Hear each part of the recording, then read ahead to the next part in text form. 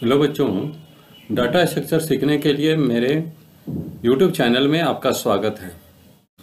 आज के इसके क्लास में हम लोग पढ़ेंगे व्हाट इज स्टैक। ठीक है ना। तो स्टैक के बारे में हम लोग पढ़ेंगे। तो stack is a linear data structure, linear collection of data items. Stack क्या है? तो linear collection of data items means एक से अधिक एलिमेंट्स को स्टोर करने के लिए लीनियर कलेक्शन है, यानी सीक्वेंस में एलिमेंट को स्टोर किया जाता है। It follows leaf last in first out method for inserting and deleting element in a stack. ठीक है ना। स्टैक में एलिमेंट को इंसर्ट और डिलीट करने के लिए लीफो मेथड का यूज किया जाता है, यानी लास्ट इन फर्स्ट आउट। ठीक है ना। Insertion and deletion take place on one end called top of the stack. Insertion और डिलीशन ये दोनों वर्क स्टैक के एक ही सिरे पर होता है, जिसको कि टॉप कहते हैं। There are two operation in a stack. Stack में दो ऑपरेशन किया जाता है, दो तरह के वर्क किए जाते हैं। पहला है push, push insertion of item, ठीक है ना, और दूसरा है पॉप, डिलीशन ऑफ आइटम। यानी स्टैक में जब हम एलिमेंट को इंसर्ट करते हैं तो उसको कहते हैं पुश, और जब एलिमेंट को डिलीट करते हैं तो उसको कहते हैं pop. Stack can be implemented using either array और लिंक लिस्ट। स्टैक को हम एरे के माध्यम से या लिंक लिस्ट के भी माध्यम से इम्प्लीमेंट कर सकते हैं। ठीक है ना।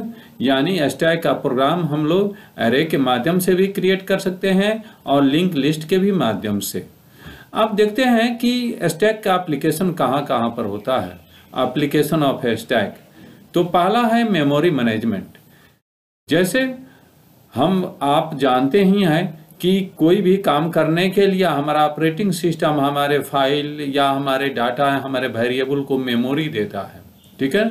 तो यानी मेमोरी को लेना और मेमोरी को देना, ये दोनों वर्क स्टैक को इम्प्लीमेंट करके ही किया जाता है। दूसरा है फंक्शन कॉलिंग। ठीक है ना। फंक्शन कॉलिंग में भी हम स्टैक का इम्प्लीमेंटेशन करते हैं। ठीक है ना। क्योंकि स्टैक जब फंक्शन जब प्रोसेसिंग हो जाता है तो उसके बाद रिटर्न स्टैक में जो एड्रेस स्टोर होता है उसी के आधार पर वो रिटर्न भी होता है। ठीक है ना। तो फंक्शन कॉलिंग में भी स्टैक का इम्प्लीमेंटेशन होता है। उसके बाद तीसरा है एक्सप्रेशन इवैल्यूएशन। जैसे कोई मैथमेटिकल एक्सप्रेशन है, उसको अगर सोल्व करना है तो उस सिचुएशन में भी स्टैक का इम्प्लीमेंटेशन होता है। बैक ट्रैकिंग, यानी कि जैसे हम लोग कोई वर्क करते जाते हैं, ठीक है ना, और उसको अंडू करना होता है या बैक होना होता है, तो जैसे हम आगे गए रहते हैं वैसे ही बैक होते हैं। जैसे क्रोम ब्राउजर हुआ, चाहे MS वर्ड में आप काम करते हैं, तो जैसे जैसे वर्क करते हैं उसका अंडू भी आप कर सकते हैं, तो वो भी स्टैक के ही माध्यम से होता है। उसके अलावा टास्क मैनेजमेंट, यानी जितने आप वर्क असाइन करते हैं ना, तो उस वर्क को भी स्टैक के ही माध्यम से इम्प्लीमेंट किया जाता है। ठीक है ना। अब हम लोग थोड़ा स्टैक का एल्गोरिथम देख लेते हैं। तो स्टैक के एल्गोरिथम के लिए हम पुश का एल्गोरिथम और पॉप का एल्गोरिथम समझने का प्रयास करेंगे। ठीक है ना। तो पहला है right an algorithm push operation. ठीक है ना। पुश ऑपरेशन के लिए जो एल्गोरिथम होगा उसको पहले हम लोग देखेंगे। तो सबसे पहला स्टेप है बिगिन। ठीक है ना। जब वर्क शुरू हो गया तो अब नेक्स्ट स्टेप है if top is equal to n। ठीक है ना। यहाँ पर टॉप जो स्टैक का एक ही बिंदु होता है जहाँ से हम इंसर्शन या डिलीशन करते हैं, तो उस पॉइंट को हम कहते हैं टॉप। यदि टॉप का वैल्यू n, यानी अगर एरे का इम्प्लीमेंटेशन करके स्टैक का प्रोग्राम बना रहे हैं तो एरे का कोई साइज होगा और वो साइज वही होगा जो n का होगा। ठीक है ना। यानी कि अगर टॉप अपने मैक्सिमम पॉइंट पर है तो इस केस में वो मैसेज शो करेगा कि ओवरफ्लो एंड एग्जिट। ठीक है ना। उस सिचुएशन में मैसेज शो कर देगा वो ओवरफ्लो और प्रोग्राम टर्मिनेट हो जाएगा। लेकिन अगर टॉप का वैल्यू मैक्सिमम नहीं है तो उस सिचुएशन में हम क्या करेंगे, यूजर से एक नंबर मांगे। स्टेप 3 में यूजर से एक नंबर लेंगे, ठीक है ना। और उसके बाद हम अपने टॉप के पोजीशन को सबसे पहले इंक्रीज कर देंगे, ठीक है ना। जो प्रीवियस टॉप का जो पोजीशन है उसमें एक जोड़ देंगे, ठीक है ना। और उसके बाद अब स्टैक अरे के उस टॉप इंडेक्स पर हम ले जाके एलिमेंट को रख देंगे और उसके बाद एग्जिट हो जाएंगे। तो ये रहा आपका पुश ऑपरेशन का एल्गोरिथम। अब नेक्स्ट हम लोग पॉप ऑपरेशन का देख लेते हैं। पॉप ऑपरेशन, ठीक है ना।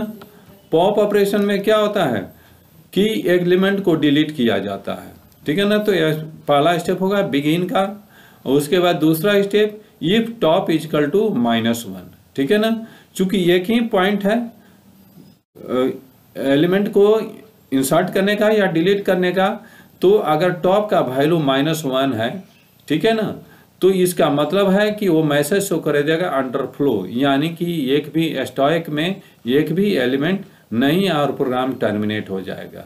अगर ऐसी बात नहीं है, यानी टॉप का वैल्यू अगर -1 नहीं है, तो हमको क्या करना है कि एरे के टॉप इंडेक्स पर जो भी एलिमेंट है वो एक वेरिएबल, आइटम वेरिएबल को असाइन कर देंगे, ठीक है ना। और उसके बाद टॉप के वैल्यू को एक डिक्रीज कर देंगे। हम डिलीट स्टैक से एलिमेंट को डिलीट नहीं कर रहे हैं, बस जो टॉप पोजीशन पर था, टॉप इंडेक्स पर जिसको शो कर रहा था, वहां से फोकस हटा के उसके जस्ट नीचे वाले एलिमेंट पर हम फोकस कर रहे हैं और उसके बाद मैसेज शो करा दे रहे हैं कि आइटम इज डिलीटेड, ठीक है ना। और उसके बाद प्रोग्राम टर्मिनेट हो जाता है, ठीक है। अब हम लोग एक प्रोग्राम के माध्यम से इसको समझने का प्रयास करेंगे, ठीक है ना। तो इसके लिए हमने क्या कर दिया है, मेनू ड्राइवन हमने प्रोग्रामिंग किया है, ठीक है ना। मेनू ड्राइवन प्रोग्रामिंग तो आप जानते ही होंगे। इसमें सबसे पहले हम 2 हेडर फाइल लिए हैं, studio.h और stdlib.h, और एक कांस्टेंट डिफाइन किए हैं। कांस्टेंट डिफाइन किए हैं, उस कांस्टेंट का नाम है max_size और उसका करंट वैल्यू है 5। चूंकि इसके इस स्टेटमेंट के पहले हैश का सिंबल लगा हुआ है, इसलिए इसको भी डायरेक्टिव स्टेटमेंट कहेंगे। और किसी भी डायरेक्टिव स्टेटमेंट में सेमीकोलन नहीं होता है, ये आपको पता होना चाहिए। उसके बाद हम लोग ग्लोबल सेक्शन में क्या कर रहे हैं, एक तो टॉप नाम का वेरिएबल डिक्लेयर किए हैं जिसको कि वैल्यू -1 असाइन किए हैं। उसके बाद अपने अरे का नाम दिया है स्टैक, ठीक है ना। और उसका मैक्सिमम साइज हमें क्या है, तो 5 है, तो 5 असाइन कर दिए हैं। उसके अलावा एक तो पुश ऑपरेशन हम डिक्लेयर किए हैं जिसमें एक तो इंटीजर टाइप का वेरिएबल पास करेंगे। दूसरा है पॉप फंक्शन, ठीक है ना, वो रिटर्न कुछ नहीं करेगा और इनपुट भी नहीं लेगा। और तीसरा है डिस्प्ले फंक्शन, ठीक है ना। अब मेन फंक्शन को हम डिफाइन करना शुरू कर रहे हैं। मेन फंक्शन में सबसे पहले हम चॉइस और आइटम नाम से 2 वेरिएबल ले लिए हैं। उसके बाद हम एक मैसेज शो करा दे हैं मेनू इज, और जस्ट उसके नीचे 1 पुश, 2 पॉप, 3 डिस्प्ले और 4 एग्जिट। ये मैसेज, ये मेनू हम डिस्प्ले करेंगे और उसके बाद उस पर वर्क करेगा। सबसे पहले हम क्या करते हैं कि प्रोग्राम को थोड़ा सा रन करा देते हैं, कंपाइल करके रन करा रहे हैं। तो देखिए आपका प्रोग्राम कुछ इस ढंग से काम करे, मेनू इज, ठीक है ना, और मेनू के नीचे 1 by 1 मेनू डिस्प्ले करेगा, ठीक है ना। अब यहाँ पर यूजर से पूछा जा रहा है इंटर योर चॉइस, तो यूजर क्या करेगा, 1 2 3 4 में से कोई एक डालेगा, ठीक है ना, एक वैल्यू डालेगा। अगर ये 1 2 3 4 डालेगा तो ये काम होगा, अगर अन्य डालेगा तो उसको प्रॉपर मैसेज शो करा देना है। जैसे फॉर एग्जाम्पल हम पुश करना चाहते हैं तो 1 एंट्री हमने किया, ठीक है ना। अब हमसे नंबर मांगा जा रहा है तो नंबर डाले, तो यहाँ पर 78 इज इंसर्टेड का मैसेज आ गया। फिर हम एंट्री करना चाह रहे हैं, इंसर्ट करना चाह रहे हैं, अब की बार नंबर दिया 45, ठीक है ना, तो 45 इज इंसर्टेड का मैसेज आ गया, ठीक है ना। अब हम चाहते हैं कि इसको डिस्प्ले करें, यानी देख कौन कौन सा एलिमेंट है हमारे स्टैक में, ठीक है ना। तो इसके लिए 3 हमने डिस्प्ले कर दिया और इसको एंट्री कर रहे हैं, ठीक है ना। तो देखिए 45 और 78 यहाँ पर शो कर रहा है। अब हम चाहते हैं, फिर हम एंट्री करना चाहते हैं, तो फिर तीसरा नंबर दिए 23, और इस तरह से 3 एलिमेंट होगा और इसको डिस्प्ले कराना है। तो अब देखिए 23, 45 और 78, ठीक है ना, इस तरह से डिस्प्ले हो रहा है। अगर हमको पॉप करना है यानी डिलीट करना है तो सेकंड ऑप्शन डालेंगे, ठीक है ना। 23 is deleted, inter your choice, फिर पूछा जा रहा है। उस तरह से हम लोग अगर फिर से ही डिलीट करना है तो 45 डिलीट हो रहा है।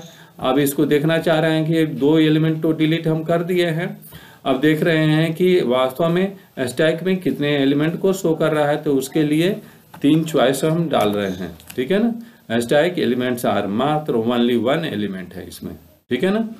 अगर हम एग्जिट होना चाहें तो 4 का ऑप्शन देंगे तो हम प्रोग्राम से एग्जिट हो जाएंगे। देखिए यहाँ पर हम लोग एग्जिट हो लिए, ठीक है ना। अब थोड़ा सा प्रोग्राम को हम लोग समझ लेते हैं। ये मेनू हो गया।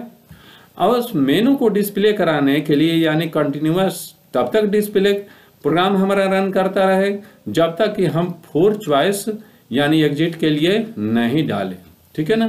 तो इसके लिए हम लोग कोड ऐसे लिखना होगा, while 1 यानी ट्रू, जब तक लूप में ट्रू रहे तब तक ये सारा काम करना है।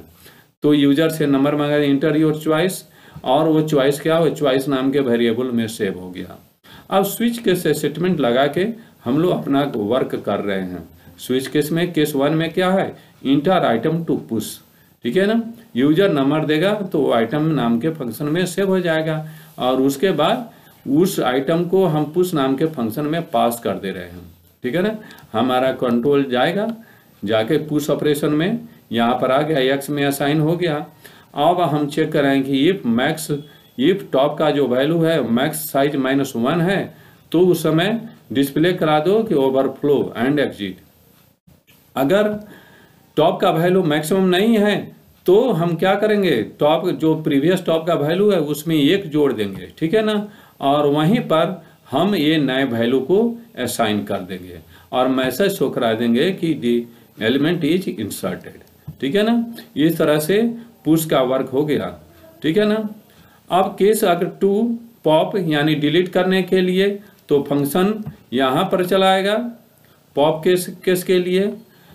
इसमें सबसे पहले चेक करेगा ये टॉप इज इक्वल टू -1, ठीक है ना। -1 तभी टॉप का वैल्यू हो सकता है जबकि स्टैक एम्प्टी होगा, तो उस समय मैसेज वगैरह अंडरफ्लो एंड एग्जिट। अगर हमारे टॉप का वैल्यू -1 नहीं है तो हम क्या करेंगे कि वहाँ पर जो जहाँ पर अभी टॉप है उसी एलिमेंट को ना डिलीट करेंगे, तो ये मैसेज शो करा देंगे आइटम इज डिलीटेड, और उसके बाद टॉप के वैल्यू को 1 डिक्रीज कर देंगे, ठीक है ना। हम डिलीट नहीं कर रहे हैं, बस टॉप के पोजीशन को चेंज कर दे रहे हैं, ठीक है ना। उसी तरह जब यूजर अपना चॉइस 3rd चॉइस डालेगा डिस्प्ले करने के लिए, तो उस केस में हमको क्या करना है, 1 by 1 सारे एलिमेंट को हमको डिस्प्ले करा देना है। If top is equal to -1 तो स्टैक इज एम्प्टी दे देना है।